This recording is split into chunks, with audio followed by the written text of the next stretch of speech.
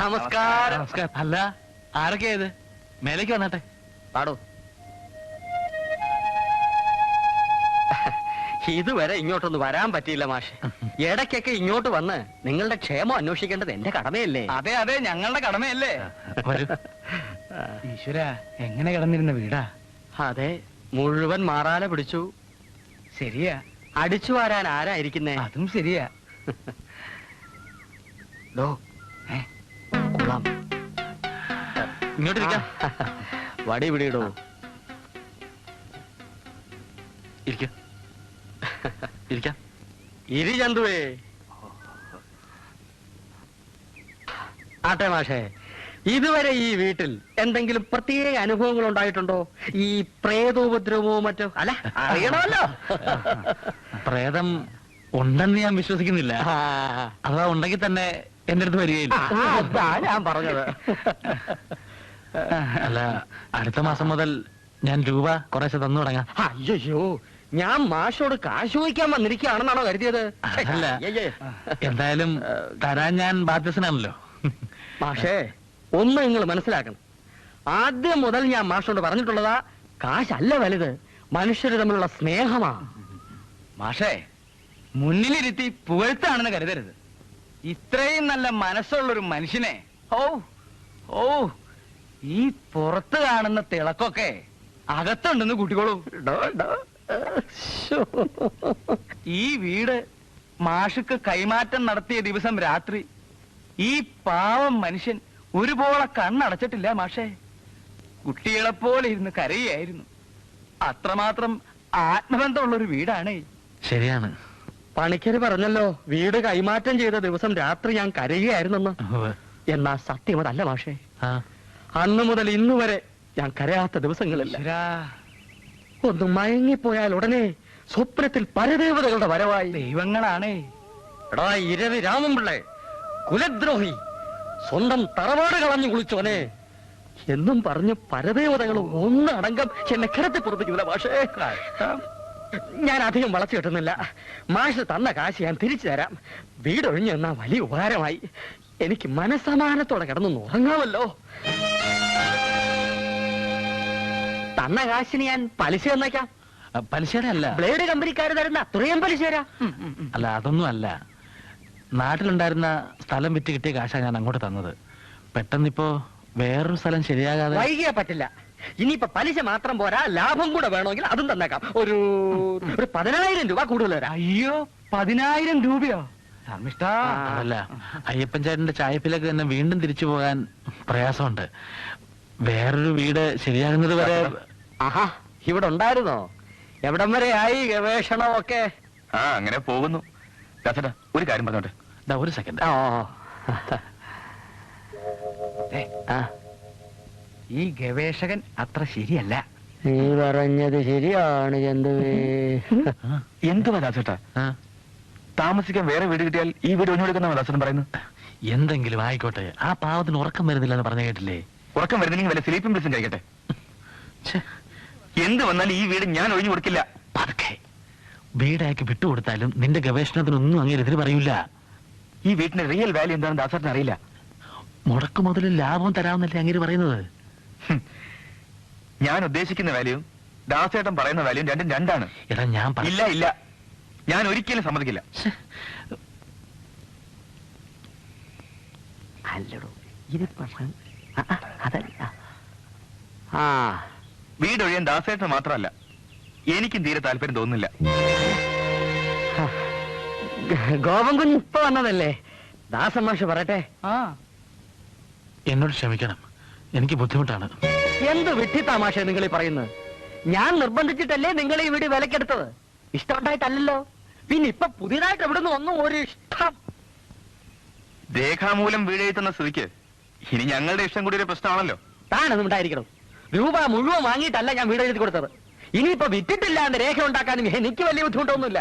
എങ്കിൽ പിന്നെ വെറുതെ നിർബന്ധിക്കുന്നതിന്. ദാസമാഷ് എന്ത് പറയുന്നു? മാഷ് പറ. ശരി, ഞാൻ ഒരു കാര്യം ചെയ്യാം. 25,000-ഓ 50,000-ഓ നിങ്ങൾക്ക് അധികം തരാം. പക്ഷേ എനിക്ക് നിർബന്ധമായും വീട് ഒഴിഞ്ഞു തന്നേ പറ്റൂ. കാശല്ല പ്രശ്നം, പിന്നെ എന്തൊലക്കെയാണോ പ്രശ്നം? എവിടുന്ന് വന്നടാ ഈ ശ്രീകരൻ? Hello, yes. നിങ്ങൾക്ക് എന്നെ തന്തയാവാനുള്ള പ്രായമുണ്ട്. ആ, വാക്കുകൾ കുറച്ച് സൂക്ഷിച്ചുപയോഗിച്ചാൽ കൊള്ളാം. ഇല്ലെങ്കിൽ നീ എന്നെ വിഴുകളയോ? പിള്ളേച്ച പയ്യനല്ലേ, ആ. ഇവരെല്ലാഞ്ഞിട്ടാ. ആവശ്യത്തിനുള്ള വിവരമൊക്കെ ഉണ്ട്. ഒന്ന് മിണ്ടറിയോ ബാബാ? പിള്ളേച്ചൻ ആരാണെന്ന് വിചാരിച്ചിട്ടാ കിടന്ന് വിലസുന്നത്. വന്നാട്ടെ പിള്ളേച്ച. ആലോചിക്കാൻ ഞാൻ കുറച്ചുകൂടെ സമയം തരുന്നു. പാലക്കാട്ടുകാരി എന്റെ നാട്ടിൽ വന്ന് എന്നോട് മത്സരിച്ച് ജയിക്കാമെന്ന് വിചാരിക്കണ്ട. ഇത് ഇരവി രാമൻപിള്ളയാണ്, പപ്പനാവന്റെ മണ്ണ് ജനിച്ചവൻ.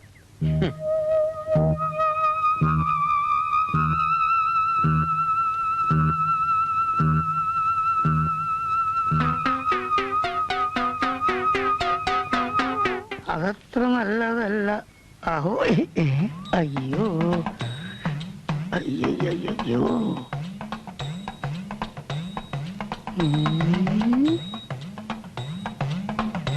ഓടിക്കളഞ്ഞാലോ? അലപ്പുന്നരം അങ്ങനെ ഓടുന്നു. ഇതൊക്കെ പറഞ്ഞ് അഡ്ജസ്റ്റ് ചെയ്യാന്നേ. ഓഹോ, 100 ആയുസ്. ഞാനിപ്പോ കണ്ടതേ ഉള്ളൂ, അല്ല ഞാനിപ്പോ ഓർത്തതേ ഉള്ളൂ. ആളെ പിന്നെ കണ്ടില്ലല്ലോ. പിന്നെ അന്നത്തെ തകിടില്ലേ, അതൊരു പ്രേതലേഖനായിരുന്നു. ഓ, അതായത് 100-200 വർഷങ്ങൾക്ക് മുമ്പ് പുതുശ്ശേരി തറവാട്ടിലെ കാര്യസ്ഥനായിരുന്ന ഒരു കുഞ്ചിത പാദം അന്നത്തെ ഗൃഹനാഥന്റെ മകൾക്ക് വളരെ രഹസ്യമായിട്ട് എഴുതിയ ഒരു പ്രേമലേഖനായിരുന്നു. ആദ്യത്തെ കുറെ അക്ഷരങ്ങൾ ഞാൻ തപ്പിപ്പിടിച്ച് വായിക്കാൻ ശ്രമിച്ചിരുന്നു. അത് പുതുശ്ശേരി തറവാടിനെ പറ്റിയുള്ള എന്തോ രേഖയാണെന്നാണ് എനിക്ക് തോന്നിയത്. ഇത് തോന്നിയതല്ല, ഞാൻ വ്യക്തമായി വായിച്ച് അർത്ഥം മനസ്സിലാക്കിയതാ. എവിടെ ആ തകിട് കാണട്ടെ? അതെ, ഞാനല്ല, ഇവിടെ ഇരവി രാമൻപിള്ള ഒരു പ്രശ്നം നോക്കാൻ വേണ്ടി വന്നിരുന്നു. തകിട് കണ്ടപ്പോ അദ്ദേഹം പറഞ്ഞു ആ തകിട് അദ്ദേഹത്തിന് വേണമെന്ന്. അദ്ദേഹത്തെ തകിട് കാണിച്ചെന്തിനാ? അവർ അദ്ദേഹത്തിന്റെ വീട്ടിൽ നിന്ന് എടുത്ത തകിടായിരുന്നല്ലോ. എടുത്തെങ്കിൽ എടുത്ത ആളിന് എന്നെ തിരിച്ചു കൊടുക്കാൻ അറിയായിരുന്നു. എന്നോട് ചോദിച്ചപ്പോ ഞാൻ അങ്ങ് എടുത്തു കൊടുത്തു പോയി. അപ്പഴേ കുറ്റി കുറ്റി കുറ്റി എനിക്ക് ഈ സ്വല്പം തിരക്കുണ്ട്, അപ്പൊ ഞാൻ പോയിട്ട് വരാം.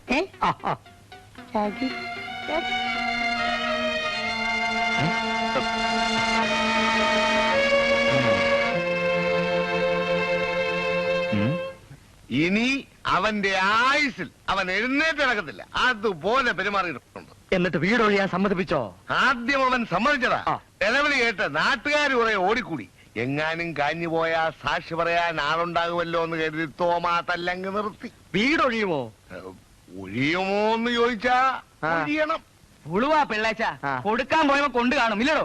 കൊള്ളും കൊള്ളും. കൊള്ളണമെങ്കിലേ തോമാ ചന്തപ്പണിക്കലായിരിക്കണം.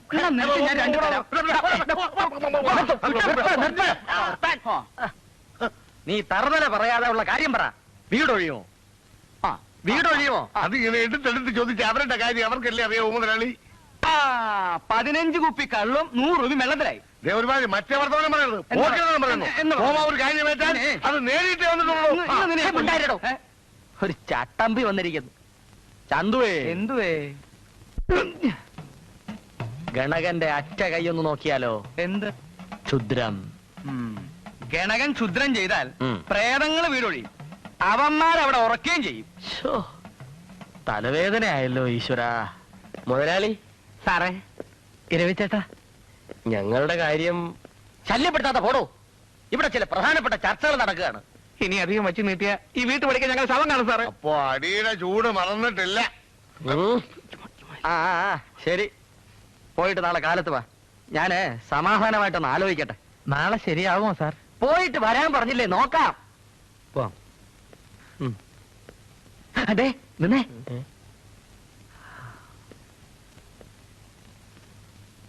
സസ്പെൻഷൻ ഞാൻ പിൻവലിപ്പിക്കാം. ചേട്ടാ, പക്ഷേ